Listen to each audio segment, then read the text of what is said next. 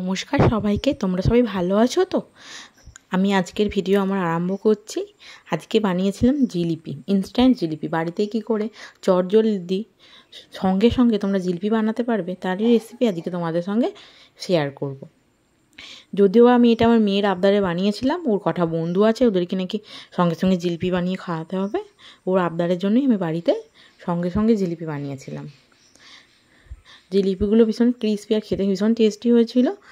আমি যেহেতু পেঁয়াজটা অত দোকানদারদের মতো দিতে পারি না, তাই শেপটা একটু উল্টো পাল্টা মতো হয়েছিল। চলো দেখে নিই কী করে বানালাম। এখানে আমি নিয়েছি ময়দা। এই বাটিটা আড়াই বাটি আমি ময়দা নিয়েছি। যেহেতু আরও কিছু বাচ্চাকে আমি দেবো, তাই আমি বেশি করে বানালাম। তোমরা যেরকম বানাবে, এক বাটি ময়দা নিলে সেরকম অনুযায়ী সব উপকরণ নেবে। সামান্য একটু নুন আর দিয়ে দেবো প্রায় 4 চামচের মতো ঘি। দেশি ঘি দিয়েছি আমি, দেশি গাওয়া ঘি। ওদের কাছে ঘি না হলে তোমরা সাদা তেলও ব্যবহার করতে পারো। এটাকে ভালো করে ময়ান দিয়ে নেব।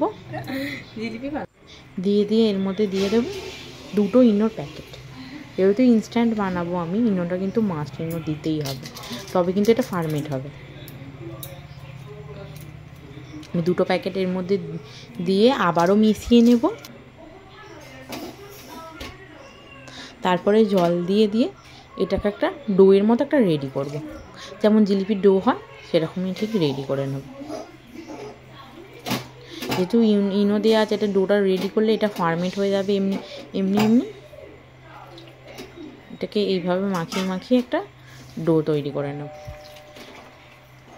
একবারে কিন্তু জল দেবো না, আস্তে আস্তে জল দিয়ে এটাকে মাখাতে থাকবো, নাহলে জল কম বেশি হয়ে যাবে। কেমন ডোটা হবে আমি তোমাদেরকে মাখিয়ে দেখাচ্ছি।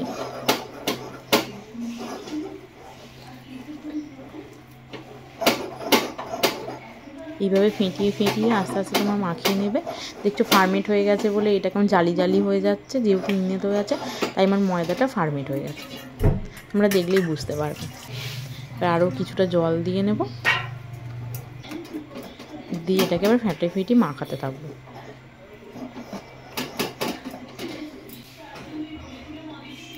এই যে এরকম একটা ঘনত্বের ব্যাটার হবে। ময়দাটা কিন্তু তোমরা আগে থেকে চেলে নিতে পারো, তাহলে এই যেমন একটু দানা আছে ওটা কিন্তু থাকবে না, জিলিপিগুলো আরও সুন্দর হবে। যেহেতু আমি তাড়াহুড়োতে করেছিলাম, সেই জন্য আমি প্রথমে চেলে নিতে পারিনি। তোমরা কিন্তু ময়দাটা চেলে নিলে আরও ভালো হবে। এইভাবে ফেটি একটাই করেছি। আর সামান্য দিয়ে দেব কালো জিরে,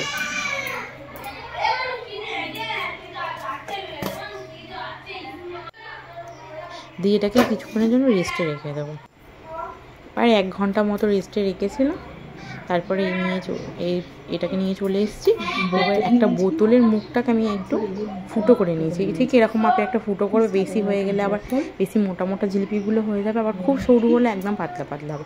মাঝারি মাপের একটা এরকম ফুটো করে নিয়েছি। আর একটা চুঙির সাহায্যে ওই ডোটা এর মধ্যে ঢেলে নেব, না হলে পড়ে যেতে পারে। সেই জন্য বাড়িতে থাকা উপকরণ দিয়ে আমি বানাচ্ছি। কীভাবে, খুবই সহজভাবে বাড়িতে তোমরা এইভাবে খেতে ইচ্ছে করলে জিলিপি বানিয়ে নিতে পারো। এটা এর মধ্যে দিয়ে দেবো। আর এইদিকে আমি চিনির শিরা বানিয়ে নিচ্ছি। আমার চিনির শিরাটা আগে থেকে বাড়িতে বানানো ছিল। আর এর মধ্যে কয়েকটা এলাচ দিয়ে এটাকে গরম করে নিচ্ছি। আর দিয়ে দিয়েছি একটু জাফরান, রং কালারের জন্য। চিনির শিরাটা বানানোর জন্য তোমার 1 কাপ জল 1 কাপ চিনি মাপে দেবে। আমি তোমাদেরকে বলে দিচ্ছি, ওইভাবে তোমরা বানাবে। এটা আমি আগে থেকে বাড়িতে বানিয়ে রেখেছিলাম চিনির শিরাটা।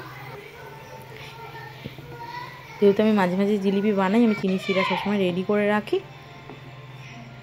এই যে গরম করে ফুটিয়ে নিয়েছি। আর ফ্লেভারের জন্য 3টে এলাচ দিয়ে দিয়েছি। আর এই যে একটা ফ্রাইং প্যান বসিয়ে দিয়েছি, তেলও গরম করে নিয়েছি। এবার একটা করে জিলিপিগুলো দিতে থাকি। বাইরে মেলায় বা দোকানে জিলিপিগুলো ওরা আড়াই পেঁচে সুন্দরভাবে বানায়। আমি তো অত সুন্দর পেঁয়াজ দিতে পারি না, তাই জন্য। কিন্তু জিলিপিগুলো ভীষণই টেস্টি আর সুন্দর ভালোই হয়েছিল খেতে। তোমরা এইভাবে বানাও। তোমরা যদি ভালো পেঁয়াজ দিতে পারো, তোমাদের শেপগুলো আরও সুন্দর আসবে।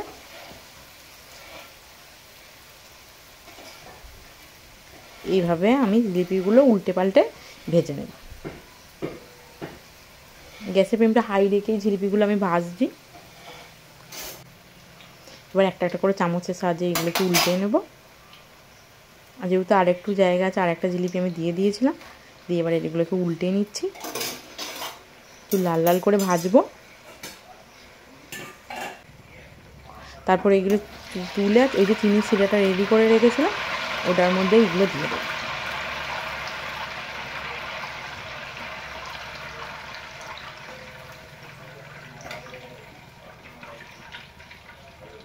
যদি ভাবো যে চিনি শিরাটা কী করে রেডি হবে বুঝবো, হাতে নিয়ে দেখবে চিপচিপে চিপচিপে মতো ভাব আসবে, তখন জানবে চিনি শিরাটা রেডি হয়ে গেছে, তখন নামিয়ে নেবে, তাহলেই হয়ে যাবে।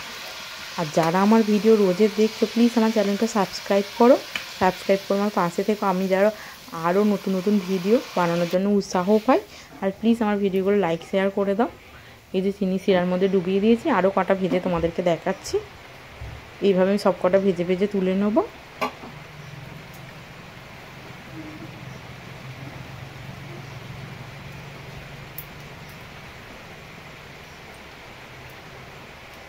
এগুলো ভেজে বা চিনি শিরায় দিয়ে দেবো, আরও কটা ভেজে নেব।